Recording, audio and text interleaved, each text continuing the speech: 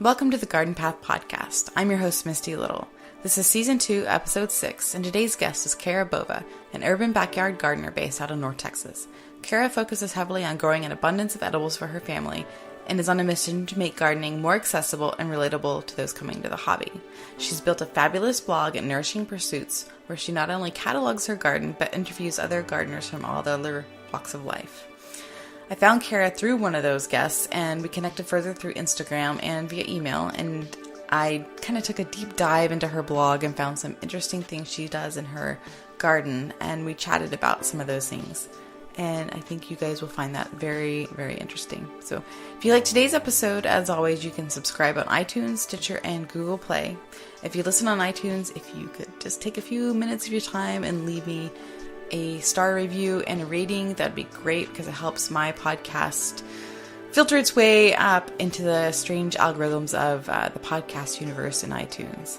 You can also find me on YouTube now by searching for the Garden Path Podcast. I've uploaded not only some of the podcast episodes from last season and this season, but I've also been sharing some things in my garden as well. So you can find that, like I said, searching through YouTube for the Garden Path Podcast or via the link in the show notes.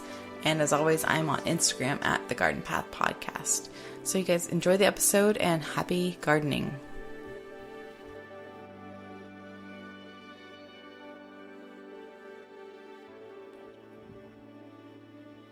All right. Thanks again for coming on and being interested in being on the podcast. If you could introduce yourself and where you garden and what zone, and I guess kind of tell us a little bit about how long you've gardened there. Sure. Thanks so much for having me. I'm excited to be on with you today. I'm Kara Bova. I'm working on a goal to grow the majority of my family's produce in an urban backyard setting. And right now I'm writing articles on nourishingpursuits.com to share what I'm learning along the way. So I'm gardening in North Texas. I'm zone 8A, and I've gardened a little bit in Austin, Texas too, which is also zone 8, but it's 8B.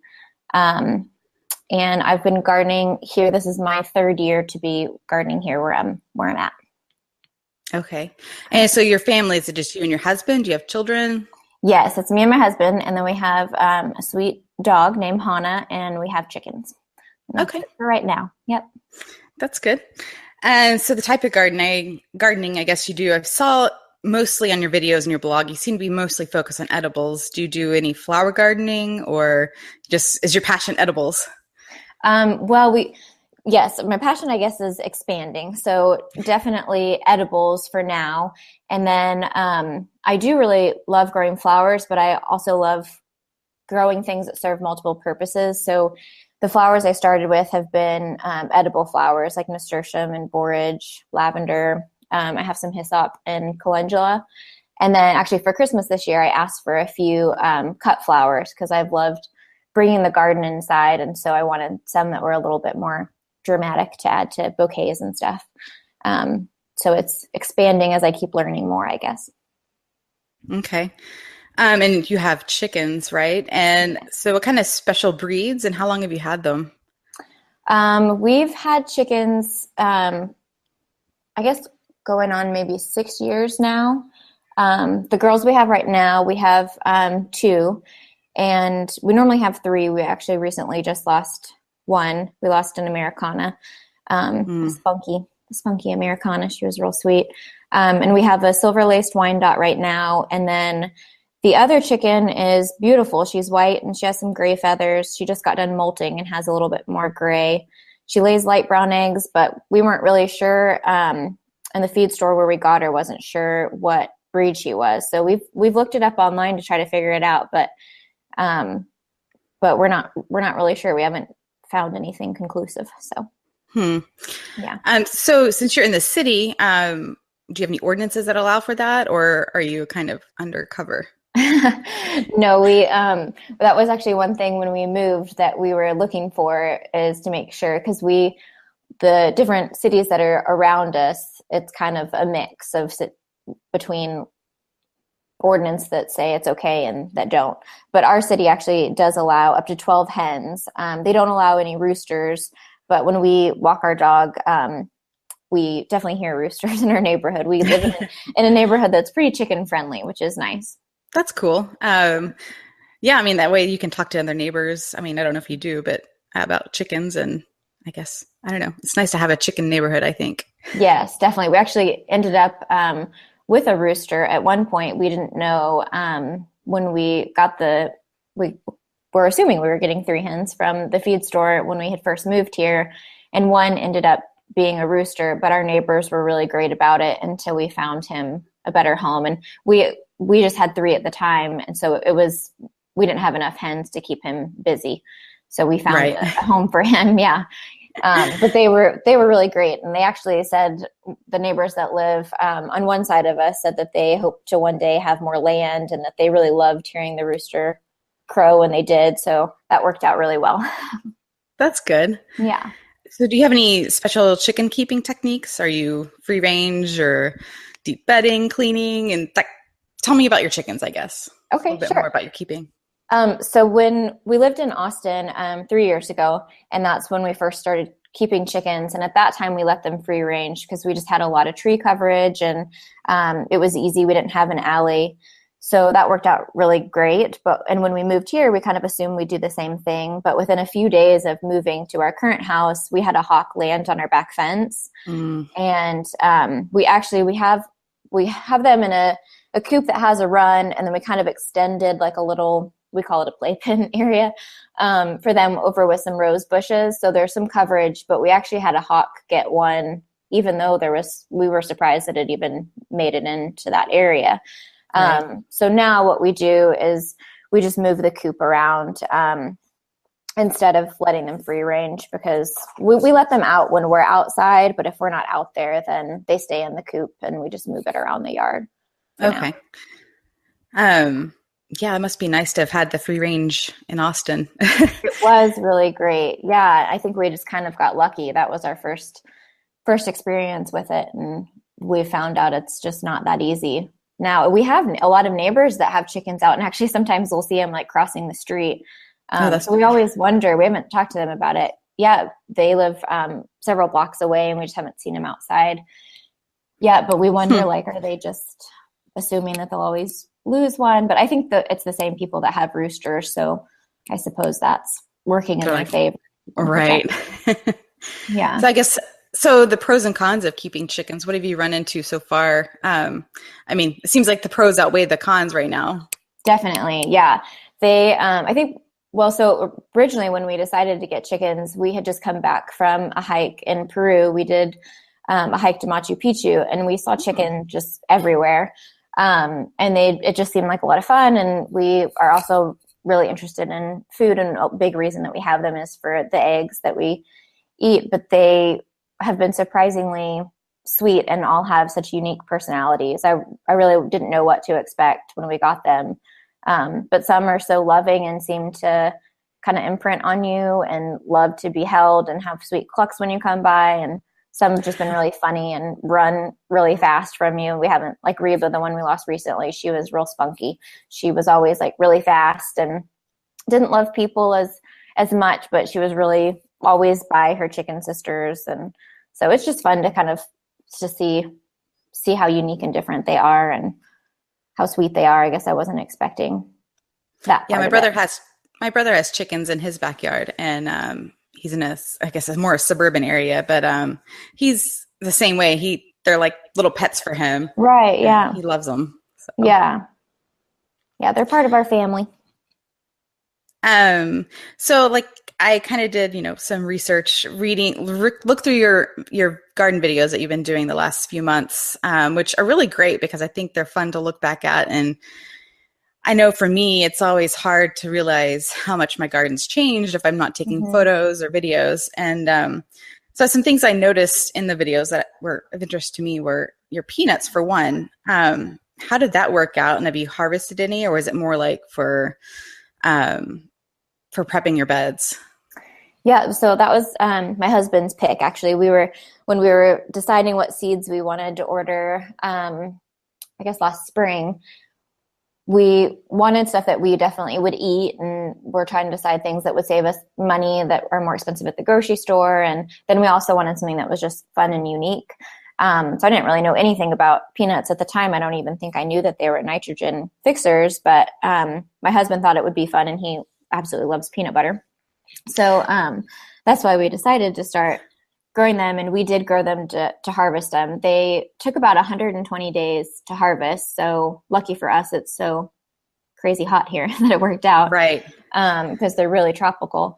But it was just exciting. I mean, honestly, before we grew them, I didn't know anything about them. I didn't know that they grew underground. I didn't know any of the process. So the whole thing was just a really fun learning experience. And we decided we definitely want to grow them again, but we might start a few weeks earlier so we can have some while we watch the World Series, maybe, because we were like 2 weeks.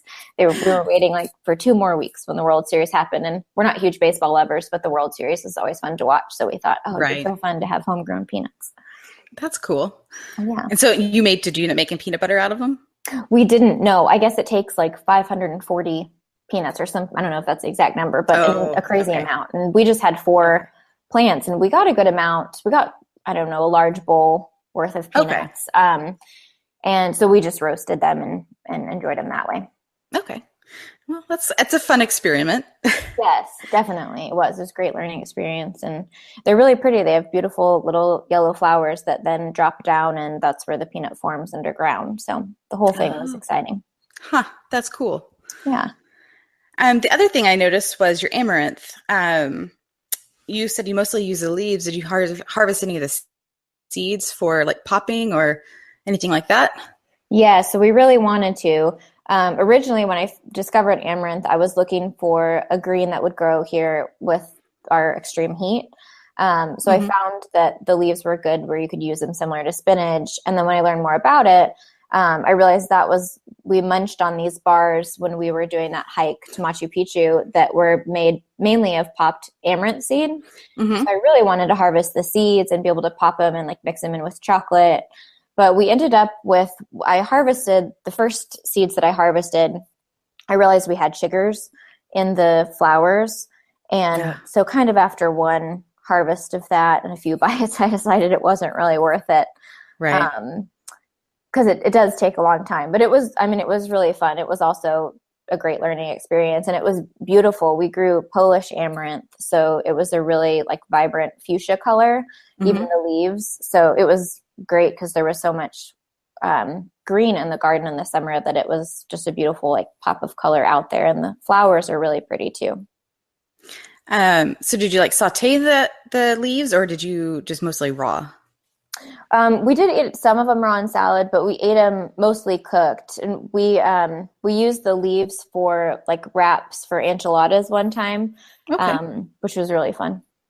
That's cool. The leaves got really big, so what I've read is a lot of people that grow amaranth for the leaves eat them when they're really small still, and they don't even let the plant grow all the way to maturity, which we might consider that for next year since we did end up with a sugar situation. Hopefully that won't happen again. It's not fun, but we let the plants grow to maturity so that we ended up with some pretty large leaves. All right.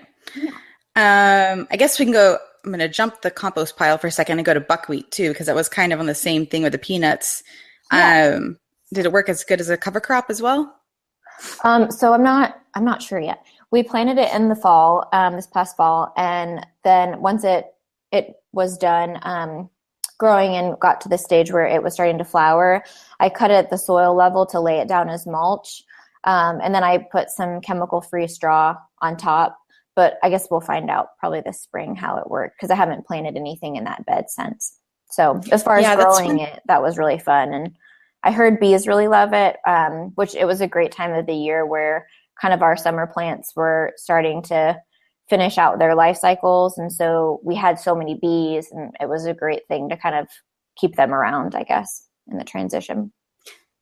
Yeah, I'll be interested to see how much productivity you have, because I've never really done cover crops, and I think our beds, they've been installed almost 4 years, and it's probably could benefit from a few beds, could start rotating in that, and So yeah, I'll be checking your page to see how that worked. Yeah, definitely. Okay, I'll make a note to keep you updated on that. I'm curious too because it's our first time really to do any sort of cover crops. Has been this year, so I'm excited to see the results myself. So yeah, on the compost pile, it just seems to be kind of off to the side of your garden. Are you doing anything special, or is it kind of more of a hands off? You just toss things in and turn it when you think about it, sort of thing. Yep, super hands off. Okay. Yeah, kind of mastering the art of composting wasn't a huge priority for me. I just kind of wanted to work on getting as much food as we could first, but composting is on this year's list to see if I can learn more about it. It's always seemed sort of overwhelming to me, and then I had listened to a TED talk about it that just really simplified it, and I started just kind of whatever doesn't go to the chickens goes to the compost pile. And then I'll chop up our plants that are done and put it in there. But yeah, for now it's been super, super hands off. Okay. Yeah. All right. And your lavender, is it still alive? It is still alive. Yes. We have two lavender plants. One of them is in ground and it didn't survive the most recent freeze we had. Okay. And then the one that's in a raised bed, which is kind of opposite of what I thought. The raised bed, it's doing really well still. Okay. And it's been so like surprisingly fun to grow. I didn't think I'd like it as much as I have. But it flowered for the first time this year, and I just couldn't believe how strong the scent was. And it was exactly like essential oil. I don't know exactly what I was expecting, but I was surprised how much I liked it. And is it a particular variety? I know there's like French and Spanish lavenders. I know. I don't know. We got it as a transplant. And yeah, I'd have to look it up and look at pictures Okay. to compare. I'm really not sure. What do you have a particular variety you grow? No, we tried, and our problem was that we're just too wet down here in Houston. So it rotted, both of the plants, and I think the one was like a French type and the other was a Spanish type. And I kind of thought maybe I don't know. I don't know what I thought, but they did not last. So that's just what I've heard from other people around here, that we don't do lavender in this part of the state. So oh, really? Just too wet. Yeah. I think you guys will probably be okay. Y'all don't get nearly the rain that we do. So yeah, hopefully. Yeah. And your Brussels sprouts, how are they doing? Or how did they? Oh, sorry. Go ahead. Or how did they do, I guess? Well, they had a rough go of it, I guess. They were fighting off cabbage moths for most of the fall. And then we had a lot of nights in a row with freezing temperatures. And the bed that they're in, it's kind of just them and then some garlic and then a bunch of straw mulch. So I didn't have frost cloth that was covering them when we had our hard freezes. And so we'll see. At first I thought they weren't going to make it, but I thought, well, I'm just going to let them keep going and we'll just kind of experiment and see how they do. Because it's so hard to find organic Brussels sprouts in stores here that I thought I don't want to give up on them yet. I want to research a little bit more first, and we'll just this year's kind of an experiment at this point. We do have some Brussels sprouts that are forming. They're starting to open up more so than like stay as a tight like little mini cabbage. Right. So I'm not sure that we're going to get any to eat, but I didn't want to pull them out yet. I thought I'd keep going and see if they can produce some more. Right. And so yeah, so you've heard not to grow them in your area? Yeah. They all of our local nurseries have said not to grow them, and I think they've occasionally have some plants there. And the first time we tried to grow them from seed, and we got nice plants, but they never produced any little Brussels sprouts. So and we found out that it's just too warm here, and okay. Yeah, so we don't get enough of the cooling. The cool temperatures, not the hard freezes, but the cool temperatures for them to do well. So unfortunately, that's a plant we've already just forget it. Yeah, that's how I had to kind of do that with as far as growing it from seed. But I was hoping from transplant that maybe I could get some, but we'll see. I'm going to research a little more before I give up on them. Yeah. So you said you used tulle and fabric to cover your crops before for the the cabbage worms and things like that. Has it worked well, or have you had problems and techniques to fix that? Or I guess tell us a little more. Sure. It's worked surprisingly well. I learned about it last year at a Mother Earth News fair that I attended, and Okay. they just mentioned to use tulle like from a fabric store. So I used some that I had at my house already and then bought some, and I was just very impressed with how well it worked, and so grateful, because I don't think this past fall that we would have had any greens if we didn't have the tulle over them, because I kind of started out just covering some of our plants and then quickly realized, no, that we definitely had cabbage moths and needed to cover everything. And it was amazing, the difference in what was covered and what wasn't covered. The only thing that I had heard was if you do have grasshoppers, which we didn't this year, was that if the tulle is actually touching the plants, the grasshoppers will bite through the tulle to get to your plants. So they said to watch out for that. But as far as like protecting brassicas, it worked super well. I think I'll probably always do that with them now. Because how are you propping the tulle up, with like stakes or? Yeah. So at first I just laid it right on top of the plants, and just kind of let it fall where it would. But we have some hoops over the beds, like PVC pipe that's into rebarb that we have on the sides. Okay. So I have draped it over the hoop, so it doesn't actually touch the plants now, but protects them. Does that make sense? Right. Okay. Okay. Yeah, that's awesome. We don't really cover our plants, and we probably should, but I'm more of definitely more hands off, like, well, whatever happens, I guess. Oh yeah, for sure. I think it just kind of depends on whatever your goals are. For us, I was like really wanting to grow a lot of our food, so I was researching all sorts of stuff to make sure we could get big harvests. But yeah, certainly either way works great. Now, so for your harvest, I mean, how much are you using and putting away and preserving, or are you pretty much eating straight away? Whatever you harvest. We pretty much eat it right away. I really love going out to the garden before meals and harvesting whatever we're going to eat. That's been super fun. There's some things that obviously we'll have more of, like okra is really hard to keep up with. So we would freeze that. Most things right now, what we do is we'll freeze whatever we can't eat. I haven't tried any other methods of preservation like canning or fermenting or pickling or anything. I have dehydrated some. I dehydrate a lot of herbs for tea in the winter. Okay. And then the vegetables mainly we've been freezing for now, just because it's quick and easy, and most things do really well with it. Right. But I would love to start pickling some things this next season. And definitely. I like pickling, and I haven't had a good crop of tomatoes in a couple of years, but definitely canning tomatoes. There's nothing like opening a can of tomatoes in December and smelling them. Oh, so. Yeah. I can see where that would be. That would be great. Yes. It's pretty cool. Yeah. Now, are you vegetarian or? No, we eat meat. Okay. I thought you might be, the way you sounded, how you were eating most of your harvest. I wasn't quite sure. So. Oh, we eat a lot of veggies, but no, we definitely eat. We're definitely meat eaters as well. Okay. Cool.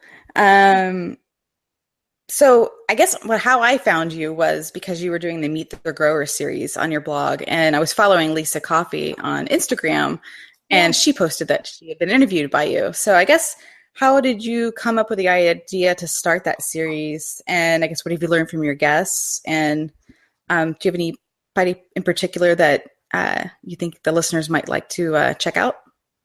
Yeah. So I started it because I was just super curious about how others were able to grow so much food for their families. There are so many Instagram accounts that are just incredibly inspiring to me, and I just wanted to know more about them. So I guess it kind of evolved from my curiosity. I reached out to a few people, and they were so sweet to share tips and to talk about kind of how they got started, and I just wanted to know more. So I ended up asking them about interviewing them, and it started off a series so that I could share with other people. And I've learned a lot. I think every interview has something about it that's really unique in some way. I've definitely had the most people actually talk to me about the same interview you mentioned with Lisa Coffey. I think her lifestyle and kind of what the life she's creating with her children is really intriguing to other people. So I suppose I'd recommend that first because it's the one that's mentioned to me the most. But really, they're all great. All the gardeners on there, even just if you don't have time to read an interview, their Instagram accounts are really encouraging and inspiring to see what they're harvesting and what's in their yard growing at what times. Especially, it's fun to see the few that are in different parts of the world, like Australia, because it's opposite of us here. So it's fun to kind of plan ahead your summer garden when you see what they're growing for their summer right now. Yes. I get a little jealous. Someone I follow down there as well, and they were posting all their summer stuff. And last week we were freezing and everything was burned. And I was like, oh, I'm so sad. I'm ready for summer now. Yeah. Although I don't know if I'm really ready for summer because it'll be really hot, but I know. Yeah. We kind of get the extremes, which is a little frustrating. Hard sometimes. Yeah, exactly. And how long have you been blogging? So I started Nourishing Pursuits in August of this year. Okay. You've taken it quite far for just starting it off. Oh, thanks. I think you've done a lot. Was really excited to get going with it. And just, kind of dove in head first, I guess. Yeah, you've got a lot of great, guides for, starting seeds, and you have some with gardening with family, with like children and guides like that. How much research goes into your blog posts?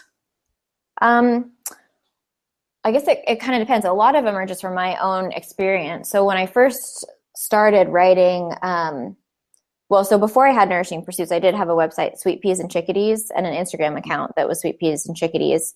And that was kind of a Mod Podge. I had an Etsy shop at the time where I was doing cards, and it was kind of more of a lifestyle blog. I wrote a little bit about our chickens and things I was sewing and different projects with that. So in August is when I shifted and focused really on gardening. And so originally when I started writing, it was just to help me kind of remember what I was learning along the way, because there's just such a steep learning curve with gardening. There was just such a wealth of information, and I was trying to make sure I remembered what I was learning. And then when I was talking to family and friends, I realized, they would start asking lots of questions, and then it was so motivating realizing that I was helping them, and I really wanted to have really actionable articles out there where people could really implement step by step what they needed to do. So I was pretty overwhelmed when I first started gardening. I think one example is zucchini was one of the first things I grew. And when I would look up articles about zucchini, everything that I found was talking about how you'd basically have it like coming out of your ears and you'd need to give it away to neighbors. And of course, my first garden, that wasn't true for me. So that was really discouraging.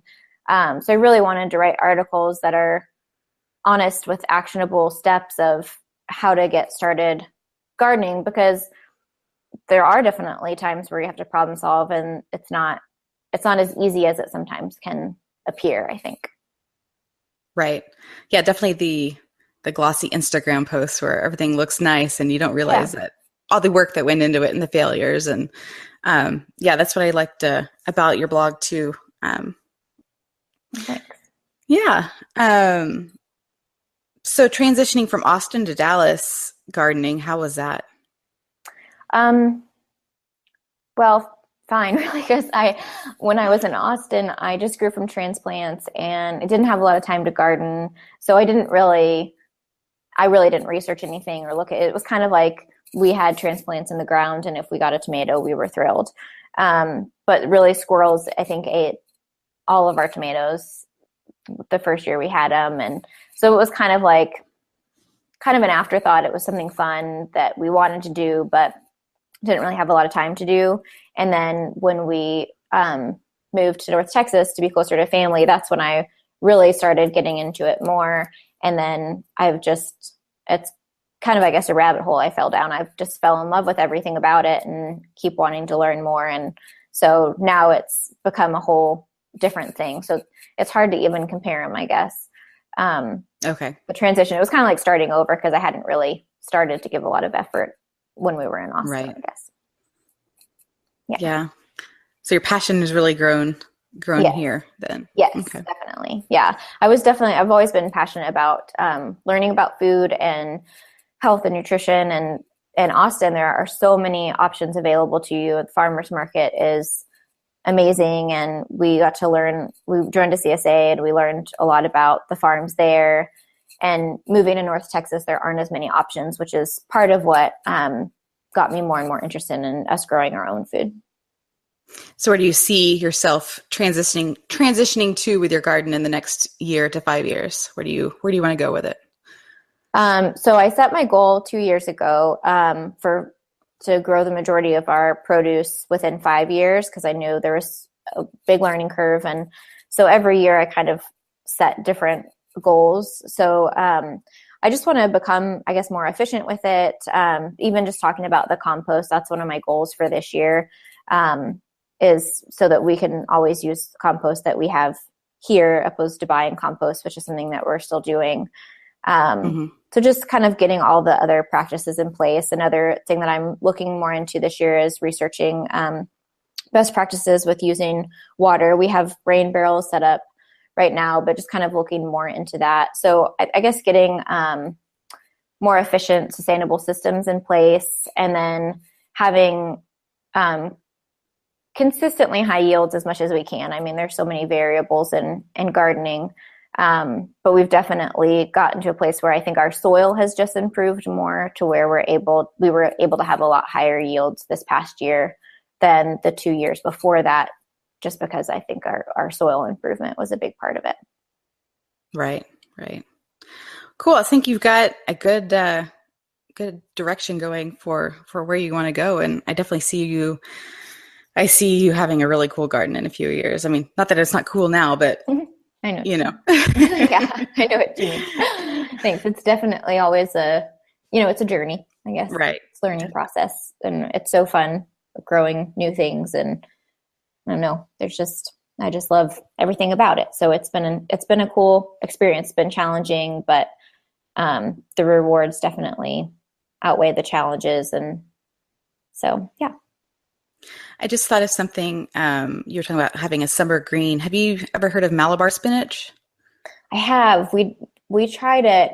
We haven't tried growing it, but we've eaten it before. And my husband and I don't love the flavor. Okay. Or like, I guess not the flavor. Just maybe it's more of the texture. Consistency. Yeah. Yeah. Is that something you do in the summer? No, I tried growing it once, and I used to garden in Florida, and a lot of the gardeners there would grow it a lot because they had even more of a time with greens and hard time with greens, and so they grew it a lot. But I tried it once in a community garden here in Houston, and it was pretty, but yeah, the same thing. I didn't particularly like the consistency, and I even thought, hey, I'll throw it in some smoothies, and then it just made the smoothies kind of weird. So. I've never grown it again. I may, might be a nice little ornamental just to put in the garden, but that's true. It's pretty. And I think it binds, right? Yes. Yeah. So, okay. Well, I guess we'll wrap up. Where can people find you on the internet and social media, and anything else you'd like to final say at the end? Sure. So I write articles at nourishingpursuits.com. And you can find me on Pinterest, Instagram, and Facebook under the same name, Nourishing Pursuits. I have a beginner gardeners Facebook group also that you can request to join, and that's just to kind of share pictures or ask questions for people that are starting a garden.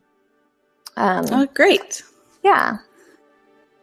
All right. Well, thanks again for coming on, and be keeping tabs on your garden and seeing what grows in the spring.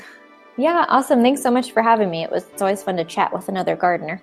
Yes, definitely, especially a Texas one. I'm always looking for Texas gardeners. Yes, yeah, we have our unique little temperature and our unique climate. So yeah. All right. Well, have a good day. All right. Thanks. You too. All right. Bye. Bye.